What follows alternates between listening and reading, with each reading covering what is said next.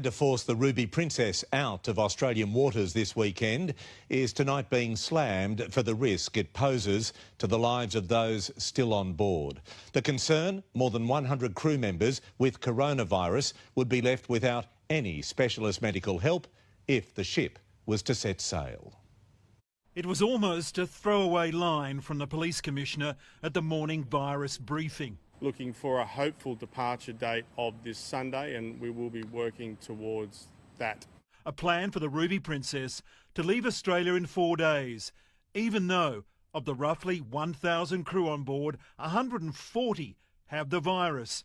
The Labor opposition soon had this pointed message for the Premier. If you are going to send that ship offshore, if you're going to send that ship on its way on Sunday, you better be damn sure that every single person is able to travel. Because if one person dies on that vessel, then that is on your conscience. The crew have been the faceless and unheard victims of the Ruby disaster.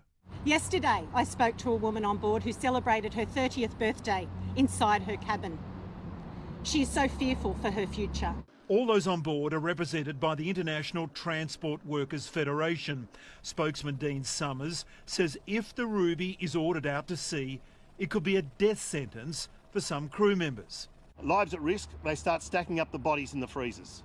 They can't get medical evacuation that far at sea.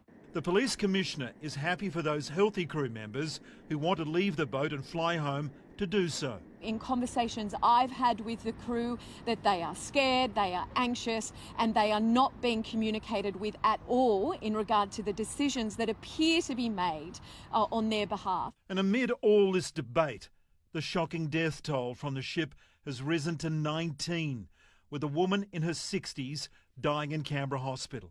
This is an absolutely heartbreaking situation for this person's family and friends. In figures collated by 9 News, 845 Australian COVID-19 cases have been linked to the ship. The New South Wales Premier has announced a special commission of inquiry into the Ruby Princess debacle, headed by leading barrister Brett Walker SC. It will run alongside the criminal investigation by police. But some passengers are asking, how do you hold an inquiry if the ship and the crew have left Australian waters? Any investigation, I logically would think, would require witnesses, and if the witnesses are shipped out before being interviewed, it sort of seems like half a job, doesn't it? In a statement, Princess Cruises said it welcomed the inquiry, saying it would be an opportunity for all to learn from this tragic event. Meanwhile, an optimistic company president says she is looking forward to getting passengers back on the ship. We remain optimistic that Emerald and Ruby Princess will still be able to offer round-trip cruises from Seattle to Alaska in the late summer. Mark Burrows, 9 News.